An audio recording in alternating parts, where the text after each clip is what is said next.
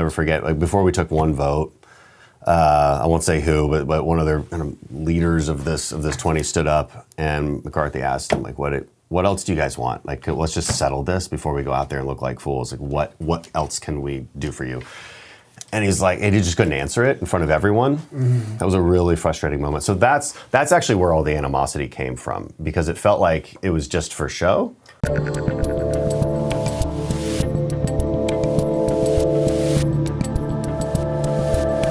All right, I'm Dave Rubin, and yes, this is a different set because we are in the swamp. That's right, we are in Washington, D.C., and joining me across the table is a former Navy SEAL and now a U.S. Congressman representing Texas's 2nd District, Dan Crenshaw. Welcome back to the Rubin Report. Great to be here. In this small bunker that we are in here in Washington, D.C. Everything's a little smaller out here. You know, it's compact. But welcome. Glad you're out here. I am glad to be here. You just got in from Texas like 7 minutes ago. Yeah. Just flew in this morning. How you feeling? Do you need a moment to collect I'm yourself? waiting for the Sudafed to kick in. That's what I'm waiting for, if I'm being particularly honest. So this is, you have like COVID-7 that you're bringing to the Capitol I now? must be. I don't know. I think it's just allergies got into a sign. You know how it is. I'm fine. We'll work through it. I guess we shall see. So I said to you right when you just walked in 2 seconds ago, but I said to you right when you walked in that we offered, I told Republicans and Democrats alike, about 20 on each side, that I'm in D.C. for 3 days. Yeah. I will interview anyone, and I will treat everyone with respect and all that stuff. Basically, every Republican said yes, except Mitch McConnell, who he fell, and I think he hurt his leg or hip. I think he might be in the hospital at the moment, so I'll accept that one. And not one Democrat even responded. We didn't even get no's. We got just nothing. Yeah. Does that kind of sum up what's going on here in D.C. these days?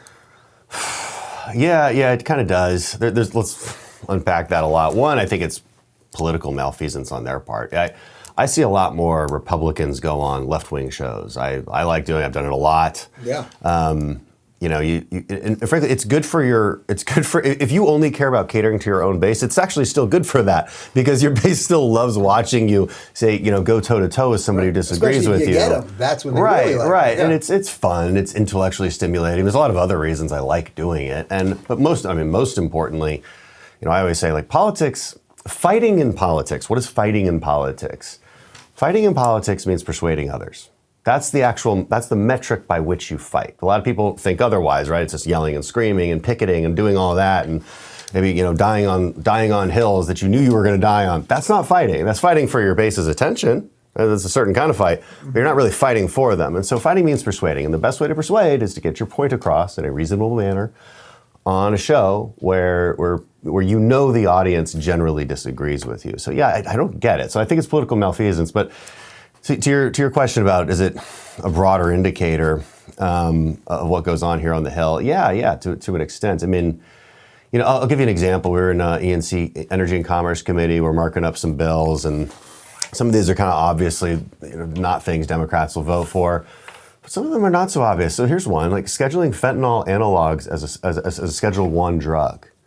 So that should be pretty plain and simple. Like, by the way, it's all right. Analogs, this is like stuff that basically acts like fentanyl or something. Yeah, an analog means it's kind of been chemically altered by the exact same basic makeup and an outcome. I'm probably getting that somewhat scientifically wrong. It's bad stuff, fentanyl. But legally speaking, like, you need to do it so we can go after these dealers in a cohesive way, which is in a way that's not happening right now. Prosecutors have a really hard time prosecuting even. Not even just fentanyl, but like fentanyl analogs, something slightly different that does the exact same thing. Got it. Marijuana is a Schedule I drug. We can debate that separately, but like the point is this shouldn't be that controversial to make fentanyl a Schedule I drug. Right. By the way, it's already temporarily a Schedule I drug. It expires soon. I don't want to get too much into this particular issue, but the point is it's really not that controversial, and fentanyl is hurting everyone across the country. Yeah. And I think 2 Democrats maybe voted with us on that. The things that should be bipartisan, that really shouldn't be that controversial, they find reasons to make them controversial. Now, I think when we were in the minority, we might have done the same thing every once in a while, like, nitpick some silly things. But I would say only every once in a while. I think it happens a lot more with Democrats, and it certainly happens a lot more in the House. The reason being is that if you're a politician and you're sitting in the minority, maybe you do kind of like on a policy, but you also don't really want to take heat from back home for voting for it from your own base, because your first election's always your primary. You know it's going to pass. Just vote no. The no vote is the easiest vote in the world. And a lot of people just vote no on just literally everything. Right. Is it sometimes not just that they're worried about the base, but they're worried about the radicals that are here? Like that's going to cause more of a headache than, say, their voter who might be a little more left than they are? Well, I don't know. What do you mean by radicals here? Well, meaning like, let's say the squad crew is going to create more of a headache for them than their own base that might just be like, we'll let it slide on this issue. Same thing. Yeah. So same thing. So yeah, I mean, they might be afraid of somebody in the squad tweets something which riles up their base back home. That's the dynamic, yeah. So, but it's kind of the same thing. Yeah. So let's do a whole bunch of stuff. All right. Let's go. Well, first, how about we start with this, because I think a really interesting moment that we had that you probably don't even know about is, I think the first time, maybe the second time we met, was at a Turning Point USA event during the first Trump impeachment. So this was right before Christmas. I guess this is like 2018 or something.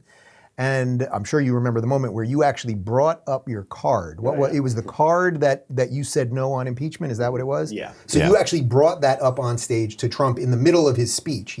He called you on and you brought up the card and you signed it for him. That night was the first night that I ever met Trump in person. And that was basically when I started saying I could support this guy, because you supported him and I was like, I like Crenshaw. I like, then having met Trump, I was like, I like him personally. That put some of the pieces together. That feels like a long, long time ago, doesn't it? Just the way the world in 2018 felt compared to 2023. Putting aside the specifics of that, just how massively different. I've only been in politics 4 years, so I'm in my fifth year, third term. Fifth year, I guess if you count running for Congress for about a year, I could say it's 5 years in politics, but that's not very long. How many years does that age you? I don't know. I just turned 39, so I don't feel like I've been aged, but at least I won't admit it. But I will say, yeah, the atmosphere is very different. The 2018 primaries were very different than 2022 primaries. 2020 primaries were non-existent, at least for me. I didn't even have a contender. Yeah. And now there's nobody that runs without a primary contender and can run like way to the right or way to the left. So politics has gotten way more extreme on both sides, and it's gotten vicious and angrier. And it is a wildly different time. Everybody. I do miss those days. I do miss those days a little bit. Is that weird that 2018 are the good old days? I mean, that's kind of bizarre. I mean, COVID obviously escalated a lot of things. It did. But just the general sense. I mean, I know you well enough. Like, you really do want to sit down with some of these other people. Mm-hmm. And when you see them, like when you see some of the progressives in Congress, when you're at the Capitol, does anyone chat with you? Like, are they willing to talk even on the DL, or is it just there's nothing there? Yeah. No, there is, but the frustration comes from it's very hard to get them to act. But I do want people to realize there's actually a lot more good faith conversations and attempts than people might realize. Doesn't always end up where we'd like it to. It rarely ends up where we'd like it to. But let me draw your attention back to the Kevin McCarthy speakership votes. Not because I want to talk about that drama. It's on the list. It's on the list. Damn it. But actually what I wanted to bring up was the hilarious bad lip reading that came from that. Oh, I saw it. And how often did you see bad lip reading between like hardcore Freedom Caucus members and AOC? They talk to each other quite a bit. It was good. People do talk to each other, right? There is some yelling and screaming publicly, but like I've gotten completely out of the habit of going after anyone individually in the House. Mm-hmm. Senate up for grabs, Bernie Sanders all day long. President Biden, that's totally free for all. But I try not to even go after anyone in the House unless absolutely necessary. Because you do have to see them every day. And there might be something you work on. I mean, so I'm trying to get psychedelic treatment for veterans and military. AOC is a big proponent of that. Also, we're neighbors now. We literally, our offices, we just got moved this year. We are right next to each other. Psychedelics all the time. I'll get to that in a minute. We're right next to each other. So it just, I prefer a world where we actually try to figure some things out. I'm trying to get a bunch of Democrats on my cartel bills right now.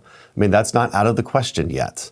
Okay, and I've not made it partisan. I want Democrats to agree with me that we have to go after the cartels in Mexico. So I mean, there's room. It can happen. I still have some faith. Okay, so since it sounds like you're extending a hand to AOC, just on my show this morning that we just finished an hour ago, I played a clip of her during, giving her speech during the parental rights and education bill that just got passed, and she's screaming how this is fascism. Yeah. That if parents know these things, that this is fascism, and all the bill is, as I basically read all the bullet points, it's just so that parents know what's being taught. Yeah, that's it. Their reaction to this was so crazy. So what do you do with that then? So you want to put the hand out there. You want to maybe work with her on things that make sense. Okay, psychedelics for veterans. I'm just saying the way it works up here is like we just ignore it. Hey, will you co-sponsor this? Yeah, sure, great. Right.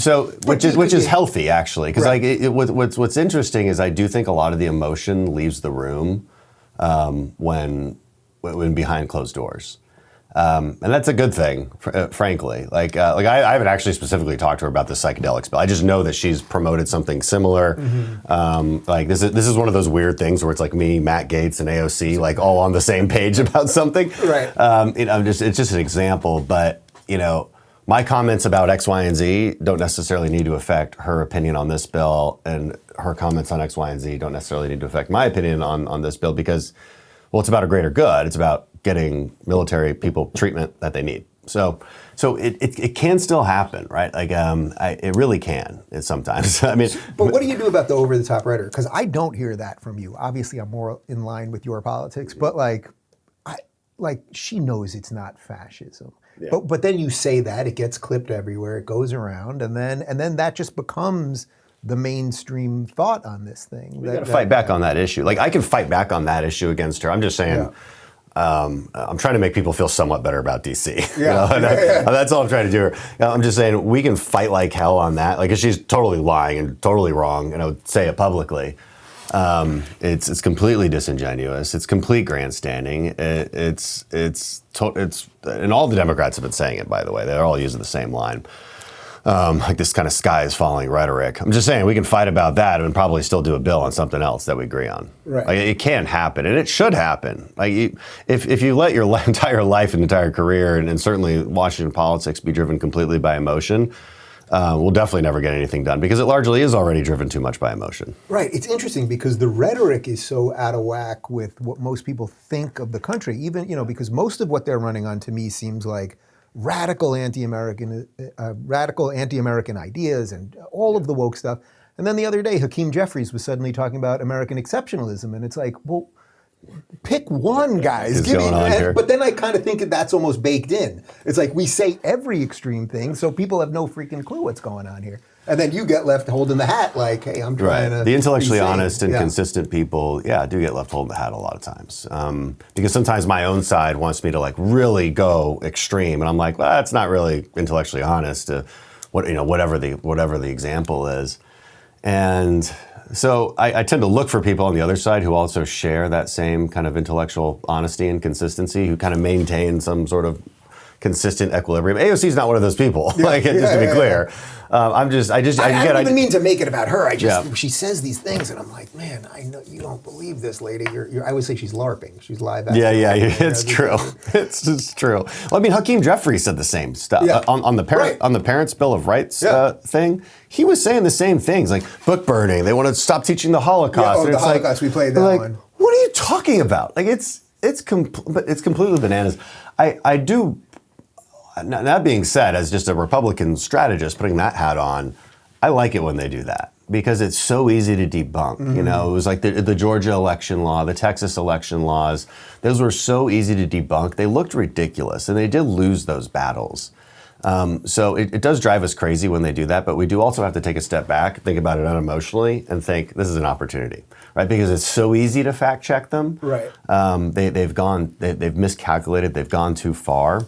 It's an opportunity for us to win over those independents who are like, I don't like that they lied to me. I believed it for a second, but then you showed me this and I read it and it's not like that. And that's an opportunity for us. So I can tell you really want to talk about the McCarthy fight for at least 17 minutes consecutively. 17 minutes consecutively. Yeah. Let's do literally 2 minutes on it. So you were basically in McCarthy's camp. Then it was sort of getting nasty for a couple days. The media loved it because Republicans were fighting with Republicans. Okay, fine. Are you happy in the end result in that it does seem to me that the Republicans are standing up a little bit more and maybe the fight did actually give it some teeth, or do you think it was going to end up that way either way? It was going to end up that way either way. I mean, what really bugs me about that whole week was that nothing really changed from day 1 to day 5 or whatever it was, as far as the substance of the so-called demands, right? This rules package we passed, it had already been agreed to, and it was a pretty uncontroversial rules package. Everybody liked it. So what about these concessions that they got? Well, they're all secret. Wasn't that the whole thing? Yeah. Well, those are personal concessions that we don't quite understand or know about. That's another frustrating Meaning that thing. behind closed doors, McCarthy Right. was like, okay, Matt Gaetz, I'll offer you this, or something into that. And I can't talk specifics because I don't really know exactly. But the point is the actual written down rules, supposedly, again, I think there was a narrative out there that they were fighting for this like more transparent, better, more Republican, more Democratic rules package. But it was already agreed to, and it was the exact same from start to finish. So the rules package itself did not change? It didn't change. Well, there was one tiny change, which is like the motion to vacate changed from 5 votes to 1 vote, which is like nothing. So that's splitting hairs at that point. So that's what was frustrating. It was frustrating too because I'll never forget. Like before we took 1 vote, I won't say who, but one of the leaders of this 20 stood up, and McCarthy asked him like, what else do you guys want? Like, let's just settle this before we go out there and look like fools. Like, what else can we do for you? And he's like, and he just couldn't answer it in front of everyone. Mm-hmm. That was a really frustrating moment. So that's actually where all the animosity came from, because it felt like it was just for show. So that's interesting. So that's the right's version of what we were talking about before with the left, right? Like just the show version of all of this. Yeah, and it was just frustrating, and it wasn't clear to those of us who were supporting him why. Again, I can negotiate with somebody if you're like, no, I really want this rule to change, and I'm like, well, let's meet. I can figure that. I can wrap my head around that, but that just wasn't what was happening. And I think that's where the animosity came from, because I'd go around asking some of them like, hey, what else? Like, I'll go talk to them. What do you want me to talk to them about? Like, let's just get through this. Mm-hmm. And I wouldn't get answers, and that was really frustrating. That's why I think the heat got turned up so much. But I also think we're definitely past it now. Washington tends to be like that, which frankly, apparently your offices are all right next to each other. Yeah, but it's a good thing. It's you got to get over stuff, right? You really do. So, wait, do you have a bathroom in your office, or you have to share a bathroom with these people too? No, we have a bathroom, but no shower. Just one in the hallway. Like Every member office has a bathroom. No shower, but a bathroom. Okay, all right. So you're not going to share a bathroom with AOC. I assume they would be genderless bathrooms. Yeah, they would definitely be genderless. That's true. What do you make of the general sense that, and I definitely feel this as, I left Cali and I'm in Florida now, that the red states and blue states, the divide right now is so wide that it can only get wider, at least temporarily. Do you think that's a fair assessment? And are you okay with it if it's a fair assessment? No, I'm not okay with it. It's bad for the country. We need honest balance in the country, and you need a healthy liberal side and a healthy conservative side. Liberals have their place, right? They point out problems with the hierarchies and the institutions that are set up. I think their solutions are almost always wrong. That's where you need conservatives. Right. I think conservative governing philosophy is by far the best one and the healthiest one. But you got to take cues from people, and that's where the liberals play a role. Like, that balance is actually really important, and that balance is way out of whack. And we got problems in the Republican Party for sure. I think populism is bad, mostly because it so closely resembles liberalism, in my opinion. But meaning that they'll use government to get whatever it is that they want. It just is untethered from principle. It's generally telling people what they want to hear. And that's how I define populism, and that's certainly how I observe it in practice. So this would be like where you and Tucker definitely see that differently. Yeah. I'm not really sure what he's for in many cases. He hates me because I think we should defend America and stand up to Russia. Like that's why he doesn't like me. I'm not sure what else we disagree on. He probably is more willing to use the powers of government in a very non-conservative way on certain things. I don't want to put words in his mouth. We'd have to get really specific on the issue. But just in general, when you look at populism, here's an example. I mean, I remember was it the 2020 election? We were talking about free paychecks, $2,000 checks to everyone, universal paychecks. And I remember the far right being like, you got to do this. This is what needs to be done. This is, and I was like, well, why not 3,000? Why not 4,000? The entire point of being a conservative is to have some kind of tethered principle, some anchoring there. There has to be, it's called limiting principles. And so that's populism, right? Because I'm like, is it going to be popular to give everyone a $2,000 check? Yes. Does that make it the right thing? No. So that's what I mean by that. And liberalism just is the political mechanism for that kind of mentality. But do you see speaking. any? Where are the liberals, though? I mean, I see socialists mostly. You probably saw that incredible moment on Real Time a couple of weeks ago when Bill basically said to Bernie, "What's the difference between equity and equality?" And he literally said he didn't know. I mean, that was interesting because it's like he's never thought of it. Because we have that conversation in our circles quite a bit. We nitpick at their philosophy. We really try to understand their psychology and philosophy, and they never try to understand conservatives. Like they actually default to demonization. It's actually appalling. But also, it's a huge advantage for us because I always know what they're going to say. I always know how they're going to make their point. And that was such a good example of like, Bernie's never even really thought of that it's an important difference, And Bill eventually got him to kind of say what we would want him to say, it's like about outcome orientation. He was like, bleh, here, you fool. He's just never thought of it, which was crazy. So it's proof that they're driven by that the left is driven by populism and kind of what feels good at the moment sort of mentality, right? This kind of outsized, like pathological sense of compassion. Like you can have too much compassion, right? That will, I don't know, to kind of just screw up your entire framing of a problem and how you approach it. You've read some Jordan Peterson. Yeah. Mutual friend. You've done many things with him. So wait, I want to back up to Russia for just a sec. So, because I think we have a little bit of a difference of opinion here. As a general rule, I believe in strength to stop your enemies, and I believe in deterrence and all of those things. There's something that feels different to me about this thing because we're so screwed up internally right now, like because of inflation and all of the craziness of the last couple of years, that we're giving all of this money and that people are just like, yes, give them 4 more tanks and 3 more planes and pay for this. And it's like, we know that's not going to end it, and he has nukes. So it's not, so I think I probably agree with you on like the blue sky, like policy, what should foreign policy look like?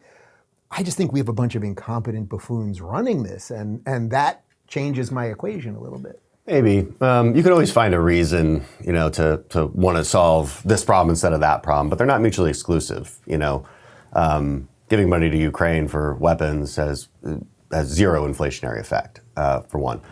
I think you'd have a much higher inflationary effect if you looked at the counterfactual. So if we're going to say we should never support Ukraine, you do have to operate with a counterfactual in mind.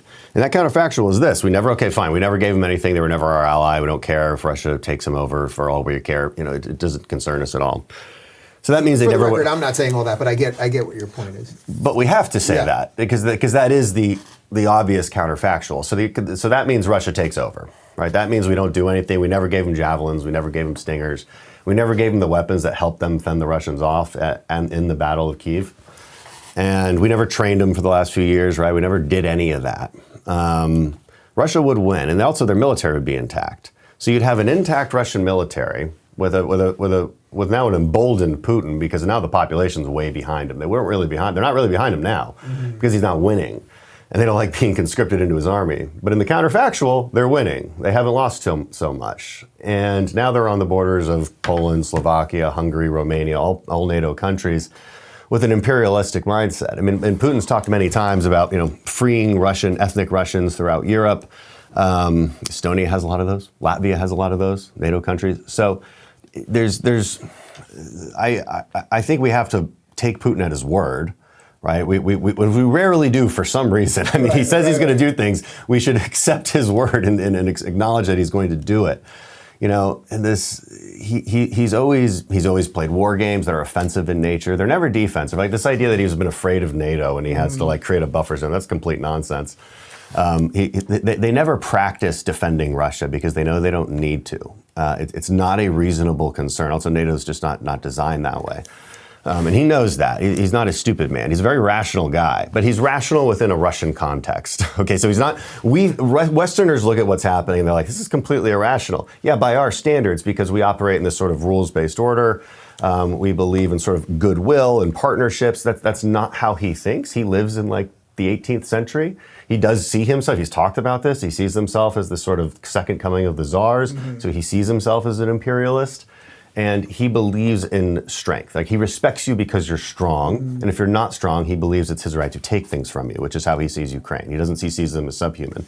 And so for less than 10% of our defense budget, which is the money we're talking about, we can just make that scenario not happen. That's a pretty good deal. It's a damn good investment. So we just completely decimated the Russian military. Now, is it purely competent? Well, look, Biden's not actually doing every little bit of this, thank God, because he is incompetent. And he was incompetent with Afghanistan in a massive way. He didn't listen to his military. In this case, he is listening to his military. Now, he's still making mistakes in the sense that, he should have done more quicker and ended this. You do have to escalate to de-escalate and then call for a resolution.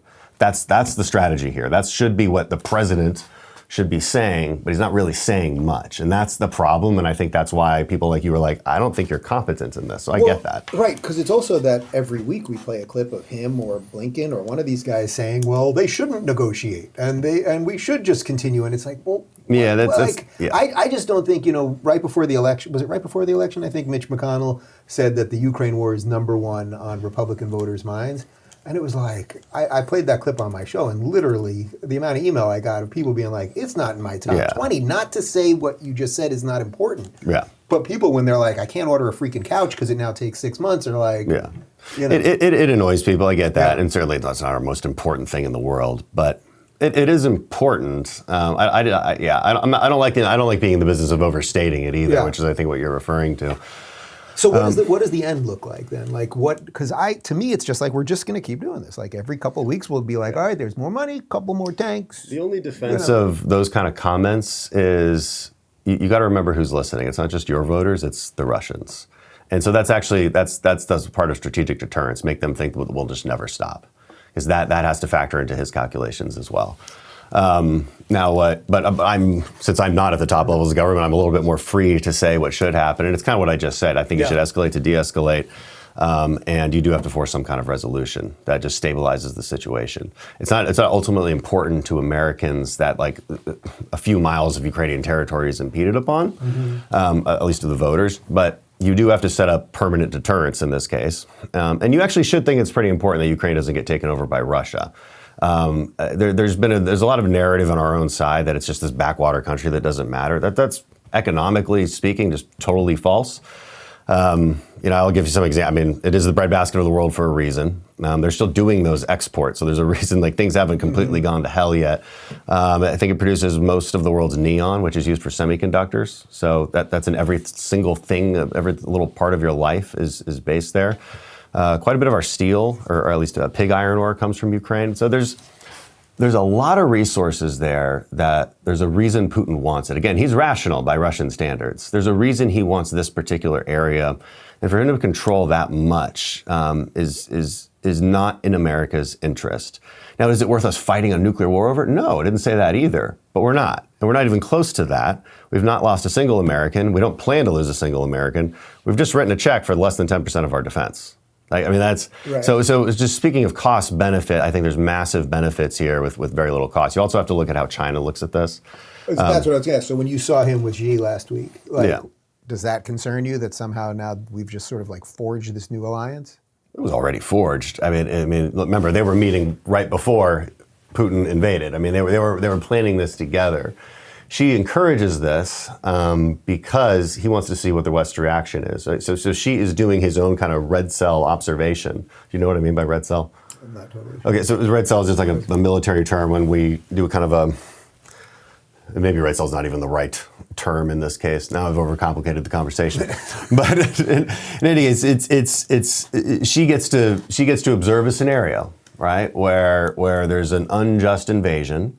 And he gets to observe what the West's reaction is, okay? Because he wants to invade Taiwan, obviously. And he wants to know how long the West will stay together, how much we're willing to invest. He wants to know these things. And so, of course, he's going to encourage it. It's in his interest that Putin is successful and that we quit, because then that in effect green lights his invasion of Taiwan. That's what he's looking for. Now, you really don't want Taiwan to be taken over by the Chinese, right? Just simply for the semiconductor problem. You also don't want to go to war over it. So the best method here is prevention.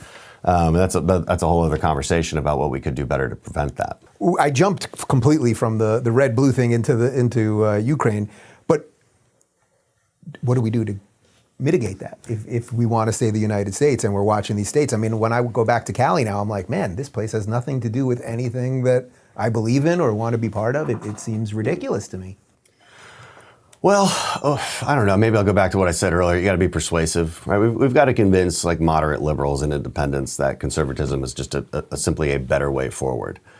There's a tendency in American politics to look to the worst of the other side, and they're like, so they'll pick the person on the other side they hate the most and be like, this is why I can't be with you guys. And because we so rarely talk about our principles, I think that's a problem. That's why I tend to try to talk in philosophical terms to get people like, let's start from the foundation here. Let me explain to you how I get to this policy that you think is just the devil, when it's not. And, let's go from there. I mean, I like this situation. Are your offices literally like you share a wall with AOC? Is it that next door? Yeah. Literally you share a wall. Yeah. I think this could My be office probably shares a wall with her staff, but yes. But in essence, yes. I like that maybe, like if anyone can do it, it's probably you. Like bring her to something ballpark sane, maybe. It's hard to say. I know don't you'll know. try. I know you'll try at least. I sense you'll try. Yeah. Well, I'll at least, like I said, I'll at least try on like this one issue that I know she already agrees with. Right. Like you're not going to convince people who are that far left, just to be clear. Like when I say I'm talking to Democrats about Maybe define fascism. Like you're pretty good about defining terms. How about that? All right. One more for you then. Obviously, the big thing on the Republican side is the Trump-DeSantis thing that seems to be happening. DeSantis has not announced, but it all seems like it's going in that direction. I voted for Trump. I like Trump. I love what's happening in Florida. I'm trying to do it as honestly as possible, and I think we need a shift in generations. Like there's a whole series of things. What do you make of this, and how worried are you that this just like implodes the whole thing and we get Joe Biden for another 30 years? Well, I'm very worried that it implodes and that there's massive division in the party. I'm staying out of it. I mean, I'm not going to comment one way or the other who I like better because everybody's just a little angry and upset at each other, and there's really no benefit to doing so. It's early too. So DeSantis, will he announce? Yeah, I'm pretty sure he will, but he hasn't. There's only a handful that have, and so we'll let this play out. But I'm absolutely worried for our party, and how these divisions manifest, and more importantly, what it means for our potential for victory in 2024. So we need to get it together. Crenshaw, I can't let you leave on a worried comment because my policy around here is I got to give you something positive to Let's talk about going to war. Let's talk about going to war with the cartels. Fine. There we go. Finish strong. Yeah, that's something that'll bring us all together. I think it brings Republicans together. I'm trying to make it bring Democrats together. So, I've recently was threatened by the president of Mexico. Oh, right. And he's gonna come campaign against me. I thought that was mildly hilarious. It actually shows how bad this situation really is. So, this is our number one tactical security threat. We have strategic security threats, Russia, China. Those are strategic security threats. Long-term security threats, as far as keeping chaos out of the world because that affects Americans. But this is a near-term tactical major security threat right on our border. These cartels are small armies. They can battle the Mexican army. They've bought off much of Mexican government. What my reaction to AMLO saying what he said to me was, "Wow, tell me you're bought off by the cartels without telling me you're bought off by the cartels." I mean, because I never came after him. He just, I go after the cartels. I don't go after Democrats on this either because I'm trying to get them on this bill. That would simply give Biden the authorization for military force. It doesn't mean you roll tanks in tomorrow. It just means you have authorization. Ideally, we do that with Mexico, just like we've done in many other operations around the world. So I think this is my major focus is the cartels in Mexico, the fentanyl they're producing and shipping across our border. poisoning, murdering Americans every single day. I'll make you a deal. I will focus on that a little more so you get a little juice behind you, and you will walk over to AOC's office within the next couple of weeks and tell her to respond to my email. Okay, all right. Will you please respond to Dave's email? He's a very nice guy. Thanks, Dave. If you're looking for more honest and thoughtful conversations about politics instead of mindless drivel, check out our politics playlist. And if you want to watch full interviews on a variety of topics, watch our full episode playlist, all right over here. And to get notified of all future videos, be sure to subscribe and click the notification bell.